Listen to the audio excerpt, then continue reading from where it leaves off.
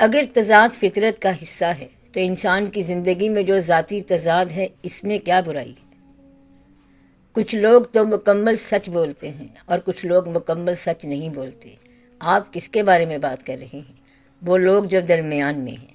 جب تک کسی حکم دینے والے کا پتہ نہ چلے تو اچھائی برائی کا تصور ہی نہیں ہے۔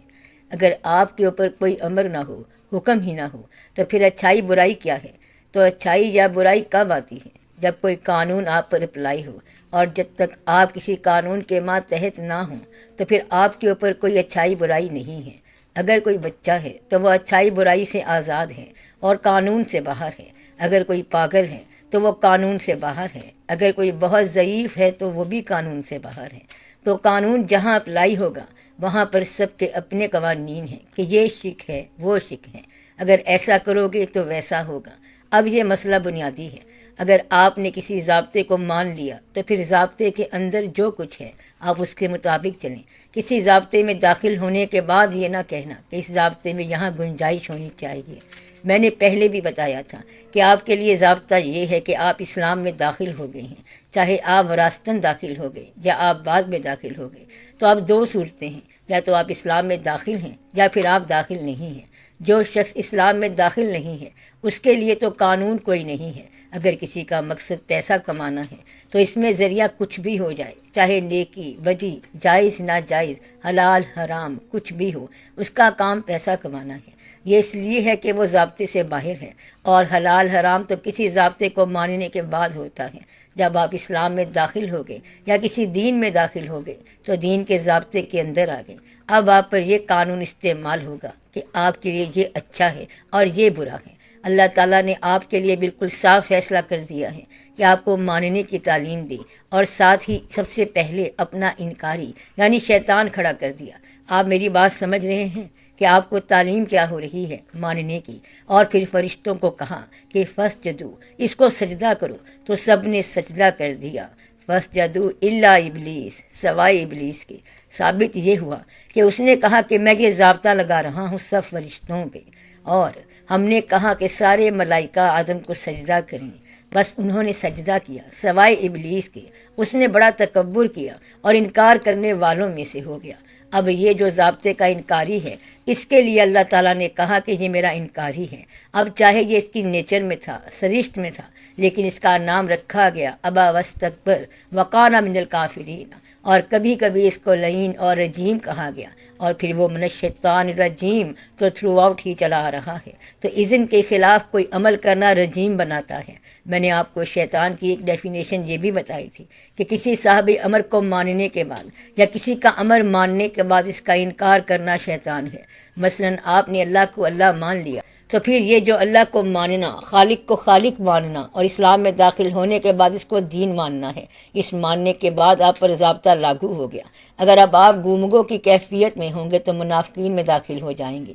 کافر کی بات تو بالکل واضح ہے، کیونکہ وہ کہتا ہے کہ میں دین کو نہیں مانتا، اور جو مومن ہیں، ماننے والے ہیں، وہ دین کو مانتے ہیں۔ اب ان دونوں کے درمیان کی جو کیفیت ہے وہ منافقت کہلائے گی، اور منافق کو سزا ہو جاتی ہے۔ کافر شاید بخشا جائے، شاید ہی، مگر مشکل ہے۔ جب اللہ تعالیٰ نے یہ کہا کہ وہ ضابطے سے باہر ہو گیا ہے تو اس کو ہم نے کافر کہہ دیا۔ وہ ضابطہ کیا ہے یہ ماننے والوں کو معلوم ہے کہ اس بھری ہوئی کائنات میں اللہ تعالیٰ نے پیغمبر بھیجے، اور پیغمبروں سے یہ کہا کہ یہ جو کافر ہیں ان کو تم اسلام پر لاؤ۔ کسی پیغمبر نے اللہ سے یہ نہیں پوچھا کہ تو نے کافر کیوں بنائے ہیں۔ آپ کے ذہن میں جو بات اٹکی ہوئی ہے اس کے لیے اگر 3 باتیں آپ سن لیں تو پھر آپ کو بات سمجھ آ جائے گی۔ پہلی بات یہ ہے کہ کیا اللہ تعالیٰ چاہتا ہے کہ دنیا کے تمام لوگ مسلمان ہو جائیں؟ دوسری بات یہ کہ کیا اللہ تعالیٰ جو چاہتا ہے وہ خود کر سکتا ہے، یعنی وہ سب کو مسلمان کر دے، اور اگر وہ اختیار رکھتا ہے تو کیوں نہیں کرتا؟ اگر اللہ کا ارادہ ہے کہ سارے مسلمان ہو جائیں تو وہ اسے پورا کر سکتا، وہ یہ ارادہ پورا کر سکتا ہے مگر پورا نہیں کرتا۔ یہاں پہ راز ہے۔ اللہ تعالیٰ شیطان کو بغاوت سے روک سکتا تھا، یا یہ کر سکتا تھا کہ اس واقعے کو رپورٹ ہی نہ کرتا کہ ابا واستکبر، یعنی شیطان نے بڑا تکبر کیا، انکار کر دیا۔ ہمیں تو یہ بات اللہ تعالیٰ کے بتانے سے معلوم ہوئی ہے۔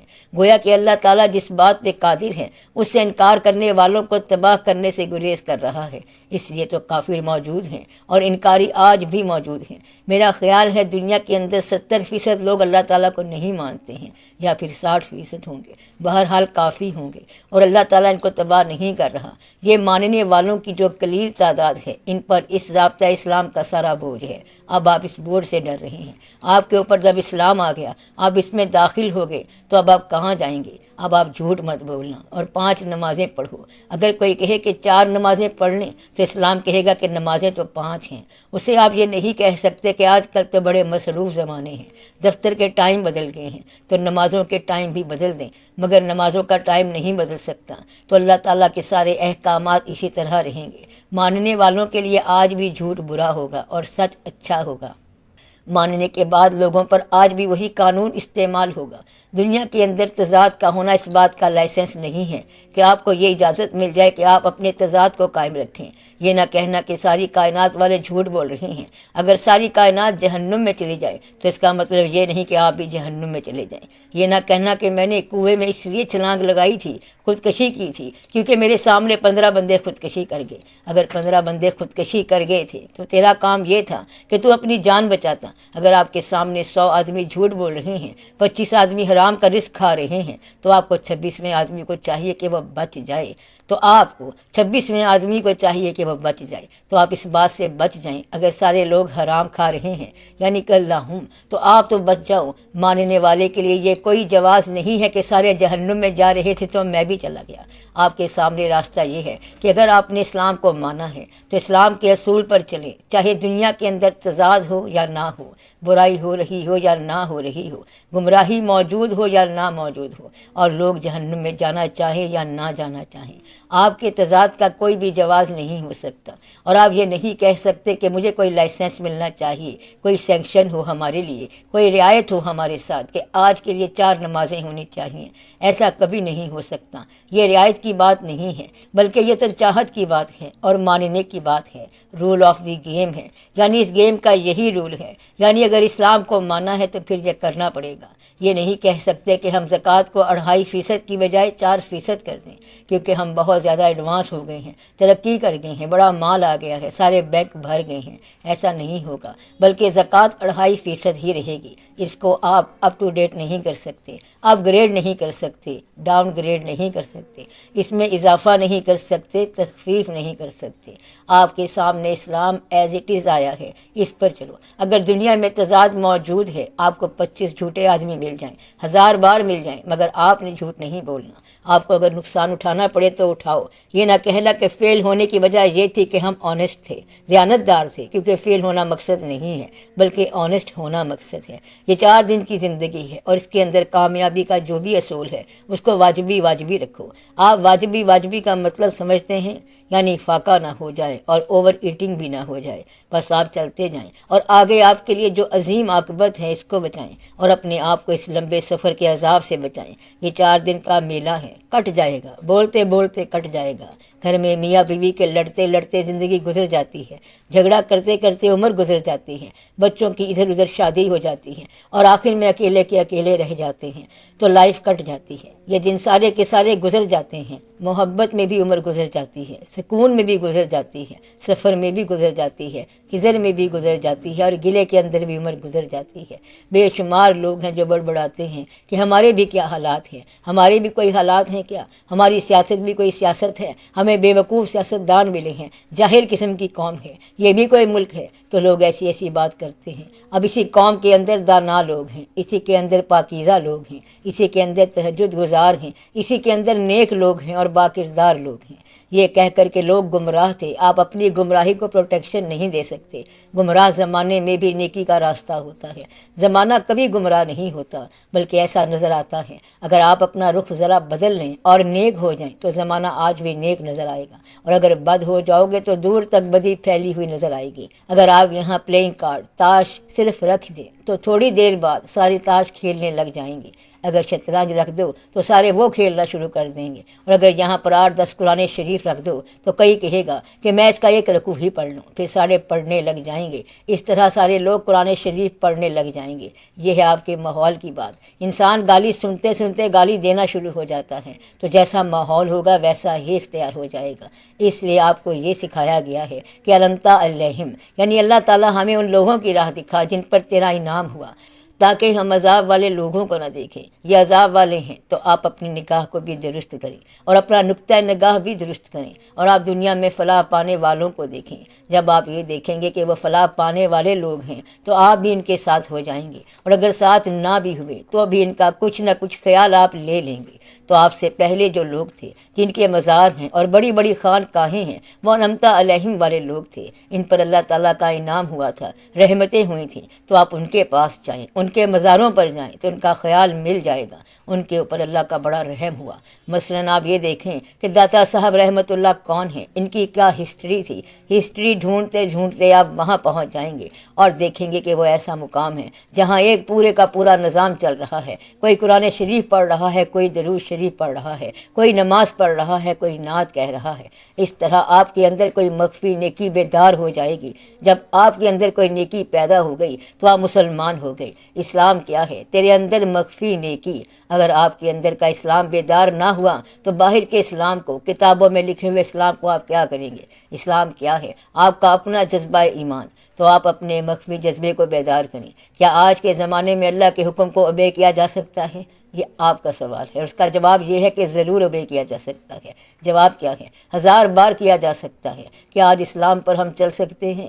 آج ہی تو چل سکتے ہیں۔ اس کے اندر ایک فیکٹر ہے کہ جب بہت تاریک رات ہو تو تھوڑی سی روشنی بھی زیادہ جگمگائے گی، جہاں بہت زیادہ گمراہی ہو وہاں تھوڑی سی نیکی بھی آپ کے کام آ جائے گی۔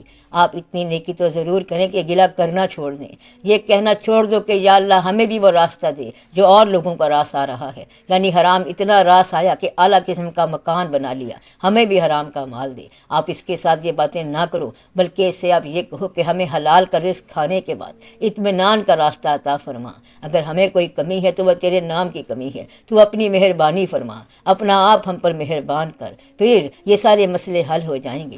یہ یاد رکھنا کہ اگر آپ کو نیکی کی سمجھ نہیں آتی، عاقبت کی سمجھ نہیں آتی، خدا کی سمجھ نہیں آتی، تو اتنی سی بات ضرور سمجھ آنی چاہیے کہ آپ کا اگلا سانس ختم ہو سکتا ہے اور آپ اس حالت میں نہ مر جانا۔ تو کوئی پتہ نہیں کہ اگلا سانس کب ختم ہو، کہیں ایسی حالت میں نہ جانا کہ اگر آپ کا سنیپ شوٹ ہو جائے، فوٹو کھینچ لیا جائے تو آپ شرمندہ ہو جاؤ، کہیں ایسے کام میں مبتلا نہ ہو جانا کہ اگر وہیں آپ کا خاتمہ ہو جائے تو دیکھنے والے آپ کو کیا سے کیا سمجھیں۔ اس لیے آپ اپنا کوئی ایسا منظر نہ چھوڑ جانا کہ جس کو کبھی دوبارہ دیکھنا پڑ جائے تو آپ کو ندامت ہو جائے، شرمندگی ہو جائے۔ ایسا گلہ نہ کرنا جس سے بعد میں ندامت ہو جائے۔ اللہ تعالیٰ سے نیک راستے پر چلنے کی توفیق مانگتے رہا کرو اور بد راستے پر چلنے کی گنجائش نہ مانگا کرو۔ یہ نہ کہنا کہ یا اللہ ہمیں تو توفیق دے، ہمارے پاس بھی حرام کا پیسہ آ جائے، مہربانی کر کے اپنے آپ کو آگ سے بچاؤ۔ ایسا پیسہ کھانے والوں کے لیے اللہ تعالیٰ کا فرمان ہے کہ ان کے پیٹ میں آگ ہے۔ اگر یہ بات سمجھ آ جائے تو پھر مسئلے کی سمجھ آ جائے گی۔ آپ کو اس لیے سمجھ نہیں آتی کیونکہ آپ کے ایمان میں کمی بیشی ہوتی ہے۔ دین کو دیکھ کے دولت دنیا مل بھی جائے تو کیا ملا؟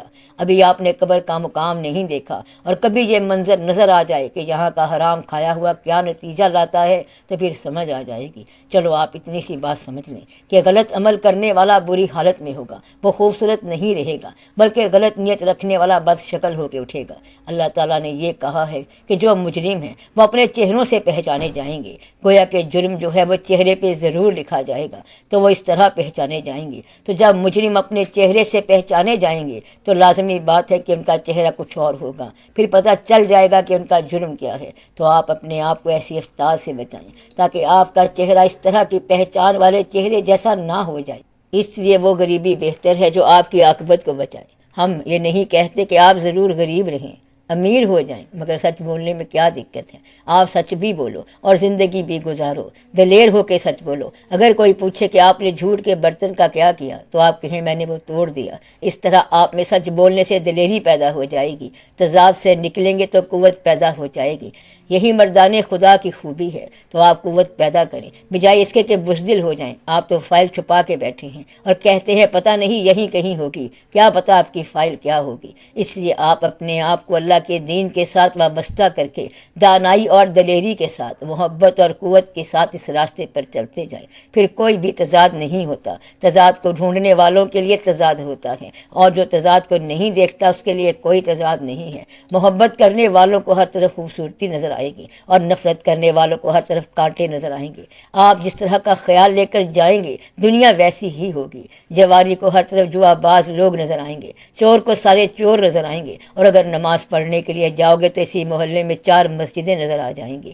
جس طرف جاؤ گے آپ کو اپنی طرح کا سارا ماحول نظر آئے گا۔ تو آپ اپنا رخ ٹھیک کر لیں، اپنا عقیدہ ٹھیک کریں۔ اگر ایک آدمی قوالی سننے کی نیت سے نکلے گا تو اسے کہیں نہ کہیں قوال گاتا ہوا مل جائے گا، یہ قدرتی بات ہے۔ اس لیے آپ اپنے آپ کو راضی رکھیں، عقیدے پر چلیں۔ دنیا کا تضاد آپ کے لیے تضاد رکھنے کا جواز